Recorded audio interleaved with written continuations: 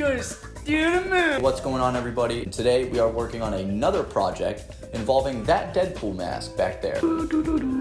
Big boy. A lot of people have been asking me about the pro cosplay Deadpool mask specifically. Probably like super muffled right now, but yeah.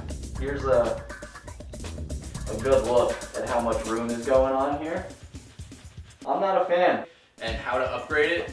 So we're gonna try that out. We're also gonna like shave down some of this giant cone in the back so it doesn't look like you have a runway for planes to land on. Disclaimer, this is my method. If you have something else that works better for you, please do that. Show me, I wanna see it. I'm completely open to other ideas and how I can upgrade and improve costumes in the future. I don't know everything, but I am completely open to learning more. So our first step to this is gonna be trimming down the sides of the face shell so we don't have such a wide head that we look like a pop figure. One aspect I really enjoy about this mask is that you can take it almost all the way off of the face shell. The only thing that's still attached are the lenses because I think they're sewn in. You can do this project by yourself. It is doable. But having a second pair of eyes with you helps out so much and it speeds up the process by a lot. Eric was super helpful here. Our method was to just sketch out more of where my head actually was, and so my ears could pop out from the sides. Once you have a good shape, cut that out along that white line you just drew.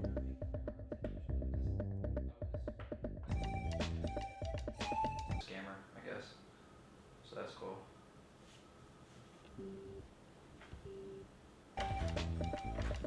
Love that. Symmetrical, I'm just trying to... It's not. We only did half of the shell at first just to see how much more should be taken off and comparing it to the uncut side of the shell.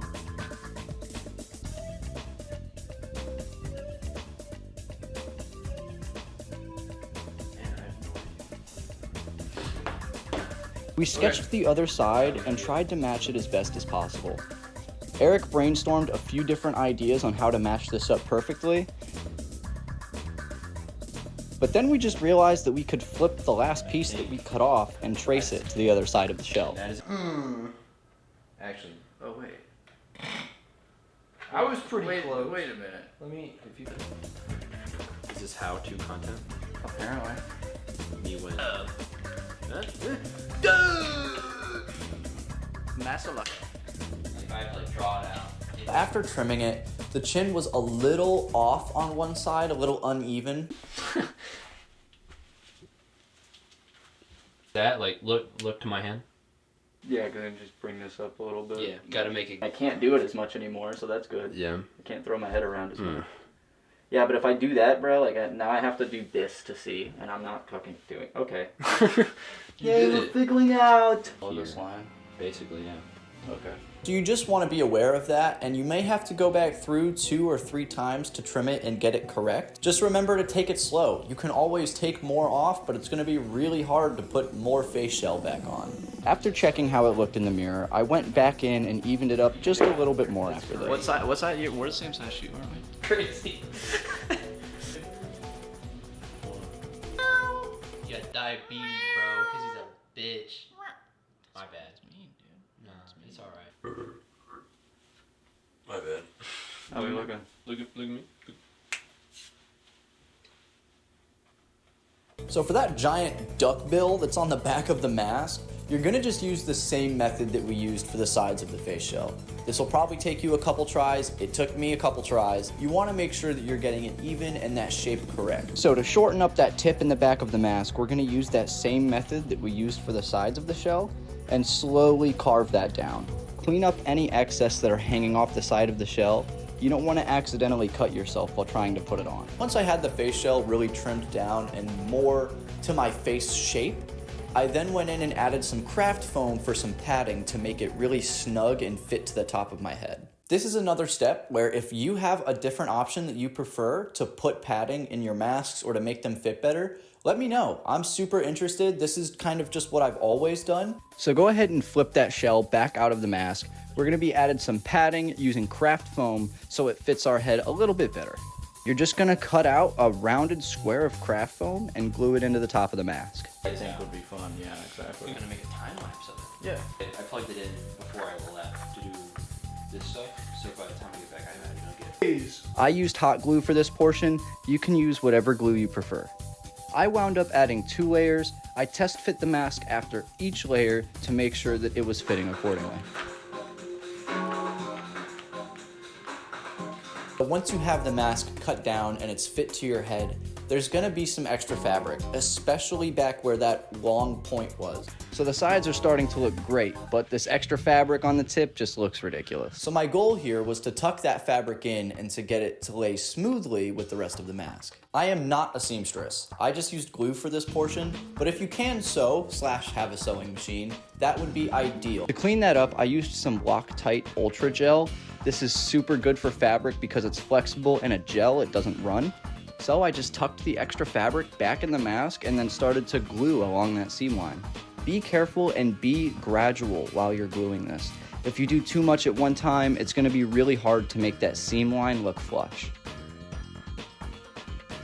All right, that's looking a lot better.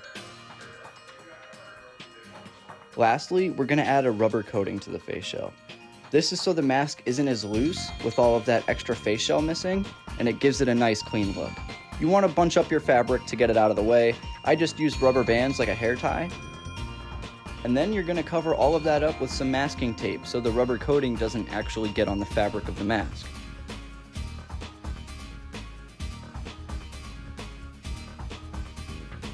I prefer Plasti-Dip in any case, but here I'm using a generic rubber coating spray. Get a nice coverage of the entire shell with the spray, and then let it sit for a few hours.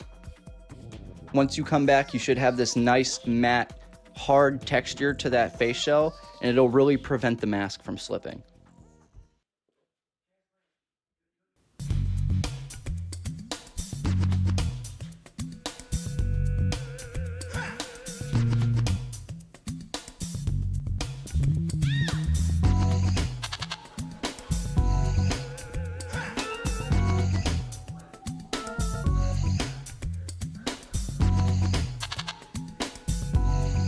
There is one thing we didn't cover in this video, and if you have it, a Dremel tool is gonna help you out a ton here. As I'm sure you guys can tell, the mask kind of muffles my voice, which does work for the character. It also makes it a lot harder to breathe, and that's no fun, especially when you're outside in the heat doing things.